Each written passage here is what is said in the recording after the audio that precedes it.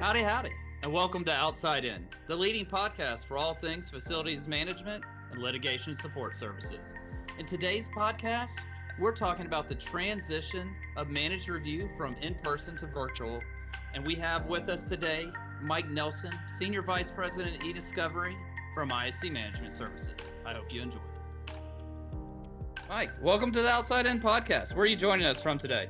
Brad, thanks for having me, man. I'm here in New York, Long Island, New York, at my home office right now. Excellent. So today we're talking about the transition of managed review from being performed in person to more of a virtual environment. However, first, I'm hoping you give us a little background on your history in eDiscovery and litigation support. All right, great. I started in the industry as a managing director for a vendor in the New York office for them, and ended up running the Northeast. After the success that I had there, MetLife had actually recruited me in-house to help bridge the gap between IT, legal, and operations. And then once I saw the gaps in vendors and what I expected from the in-house, I moved back over to the vendor side to help implement those processes of seamless workflow, collection process, host, review, all under one roof and coupling with court reporting. That's what I was looking for at MetLife. Excellent.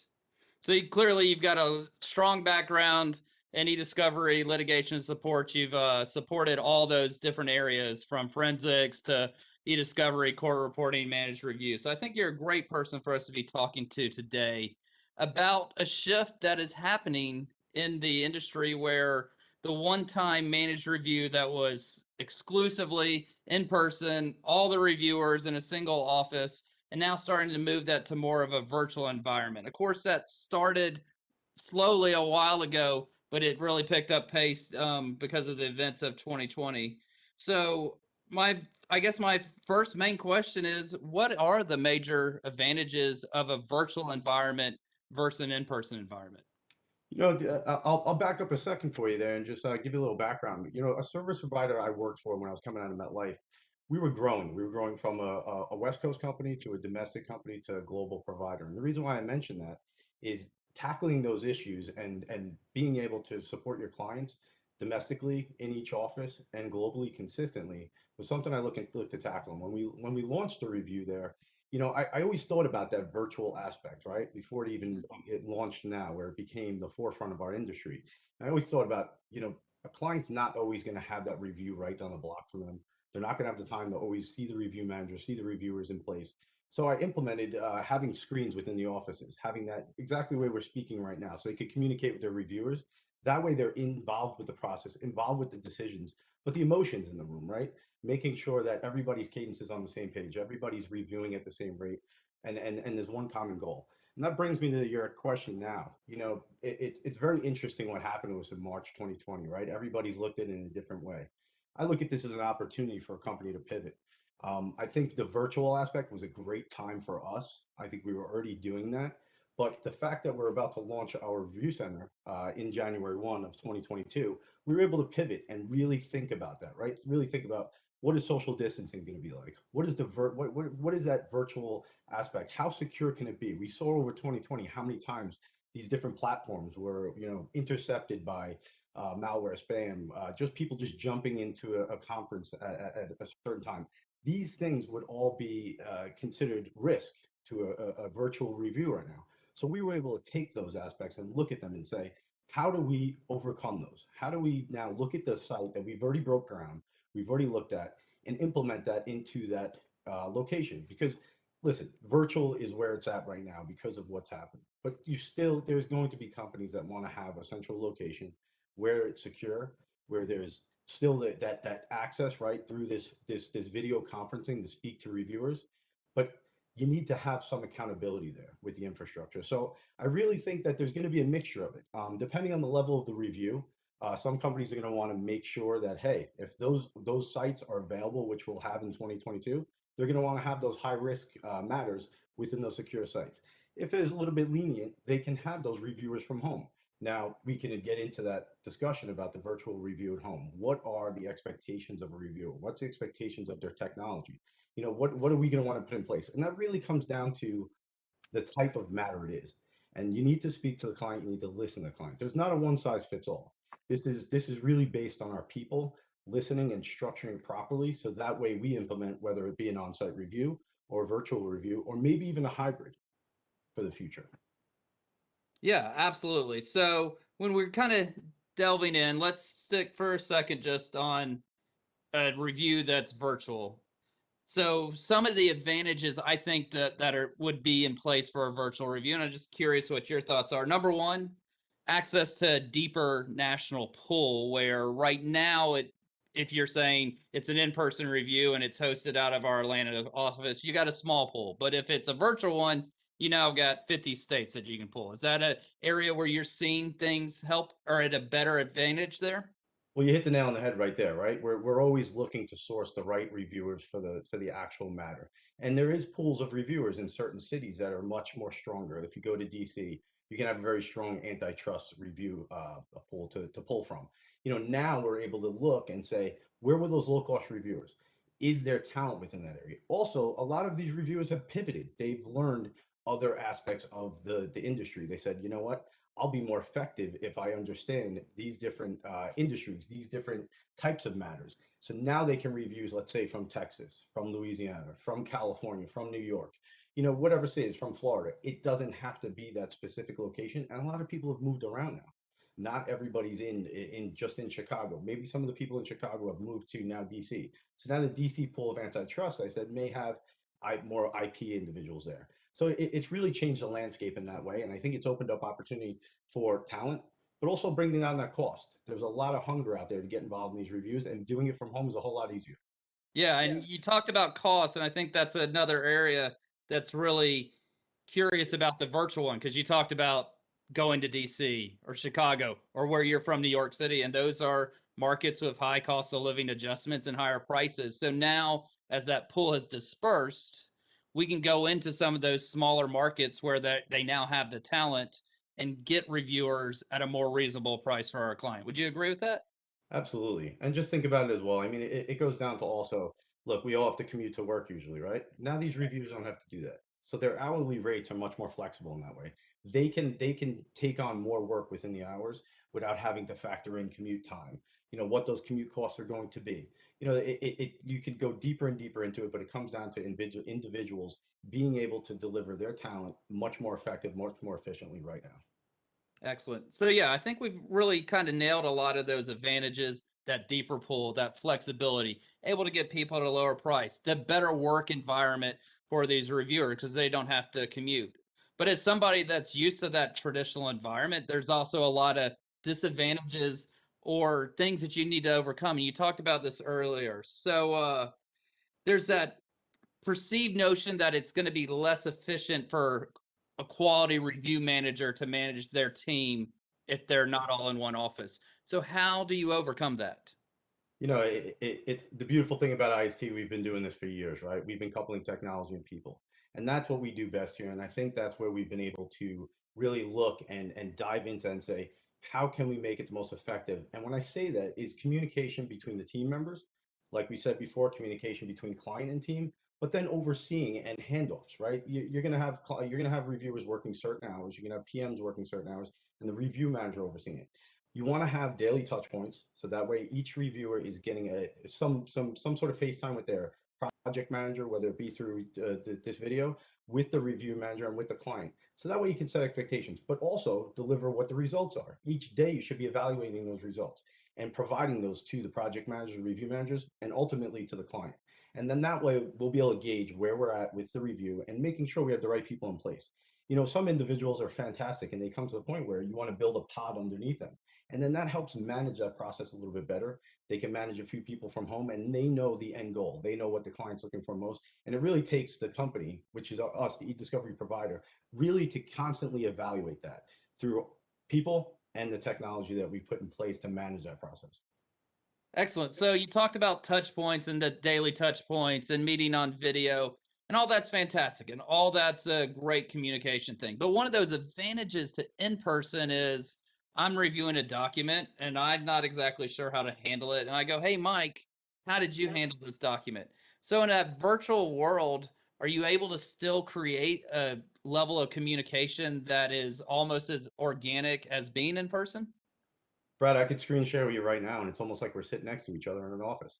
I walk up behind you and sit down and say, "Hey, how's your review going? What's your rate?" And I'm able to look into these things. Now we're able to screen share and talk about those documents immediately, highlight, point out where we're having some trouble and where we have questions. So it's really, like I said, utilizing the technology, and that's going to come down to making sure our infrastructure is strong and making sure the reviewer, if they're working from home, their setup is set up to communicate with our flow on our end. Excellent. So we've talked about communication, how to overcome that. We've talked about how you can create environments where review managers can be successful and still manage their different reviewers. But what we haven't discussed is security and how can you overcome that. And there's two levels of security. There's the people hacking into your virtual system, and there's the more, I guess, call it paranoid. How am I going to make sure no one's looking at my documents? So, how in a virtual world do you overcome that? Brad, that's a great question, and we touched on before with my former service provider. Laying out those review centers over and over again in each city, we need to tackle how do we keep that work-life environment for the reviewer with the sunlight, with the space within, so that way they had a comfortable working experience. And we put up frosted glass to make sure that nobody could see through. Of course, the servers had to be ironclad tight. We need to have, whether it was a fingerprint or eye scan to get it within the facility. How do we translate that to someone's home now? We need to think about that. We have the secure facility that we're going to have. We have a secure pipeline. We have our data centers. But now you have this information sending out to someone's home where they're reviewing it. Are they using their own PC? Are they having a VPN connection? Is it a two-factor authentication to get in? These are the things that we think about. Someone's having a review on their dining room table. A family member walks up behind and sees something that's valuable information to a company. That can't happen. So we need to look into that. We need to make sure we cross all our T's, dot our I's, and look into the security of the home. Also, that comes down to, like I said, it's not a one size fits all for the clients. If they're demanding a higher level of security, we're going to provide that equipment. We're not going to allow them to use their own computer. They're going to use ours. When that computer is logged on, it's going to log off immediately once they've finished using it. That way, we can track when the reviewer is actually reviewing, when the computer was stagnant, and how long it was stagnant for. And these are things that we also have to, as an IT company and security from the background, is monitor that constantly. And that's going to take the review managers, the project managers, and the reviewers all being in sync with each other. Like I said, reporting daily what's happening. And those are going to be part of the reports of security. And we're going to be doing those testing on a daily basis to make sure that those connections are proper and secure as possible. So, yeah, obviously, also part of that security is being able to track who's in front of that camera through their webcam, track their keystrokes, track, like you said, the computer's on and off when it's idle. How do reviewers feel about that? I mean, I would feel like, some of them might feel like that's pretty intrusive into their personal space as they're trying to do this work. Pre-pandemic, I think they're used to it. In a review center, you're constantly monitoring the reviewers. They're used to it. This is the type of business they're in. They understand what they're doing, and they also want to have that monitoring because they want to make sure if they're reviewing something wrong, they want the project manager or the review manager to stop them to revert that. So I don't think it'll be an issue. Now converting it to home. I mean, at the end of the day, you and I are speaking like this. Every single meeting is through a Zoom, a WebEx, or some sort of platform like this. So everybody's used to that security. Also, this is a great opportunity for work. I mean, right now, this is great work for people, the individuals that can't get into the office, that won't go into the office, or maybe in the past never wanted to go into office. Now they're really, really excited to get this work. So they want to be involved in that. And like I said, it's daily check-ins and making sure that the company, the service provider who's offering the service, is making sure that they're monitoring that. And that's what we'd be doing effectively on a daily basis. Excellent. So early on, you touched on what that you didn't feel like virtual is the answer to this exclusively, and I fully agree. And I think the future is some type of hybrid model. What type of situations and environments do you think are going to dictate that need for a hybrid model? I think it's really gonna, like I said, it's gonna be the level of the corporation that the client that we're handling reviews for. What are their expectations? What are their rules? How do they want things handled? We say virtual review, but if we have everyone in one review center and they're reviewing and the client is in another city and the law firm's in another city, there's still a virtual aspect there. People aren't going to fly in on a daily basis. They're going to have those check-ins. They're going to have to check in through the cameras, just like we've been having. So I don't think I don't think it's really down. It's one point is on site and one's for virtual, you're going to have that hybrid, you're going to have that crossover, and you're going to also have talent that you want to tap into that has that virtual capability. Maybe there's a piece of the review that doesn't need to happen in the review center. Also, another part that we didn't talk about is technology.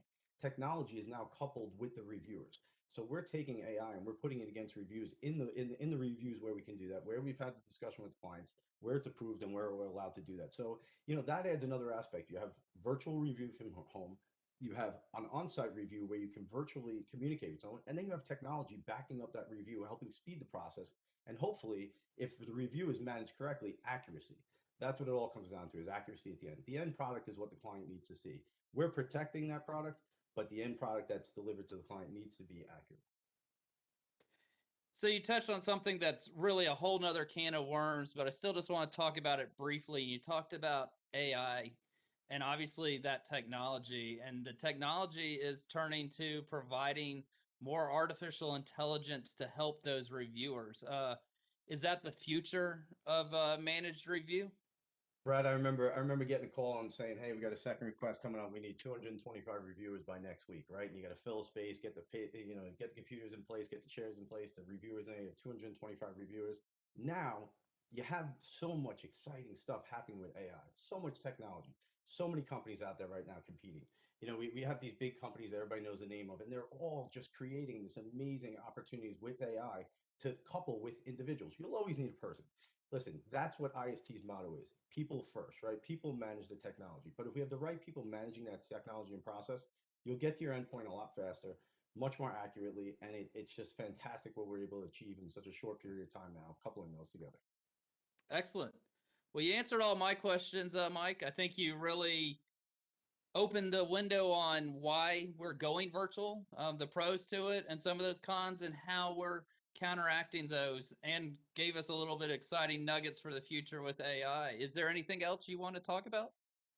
I'll tell you, I'm just excited in January 2022 to really launch that review center, launch our hybrid model we've been talking about, and really get to find those needle in the haystack for those clients. Because I really believe having this end-to-end solution, the collection, the process, and the hosting, the review, and court reporting under one roof eliminates risk, allows us to have a team that's working together, really in the background, handing off that ball from the start to finish.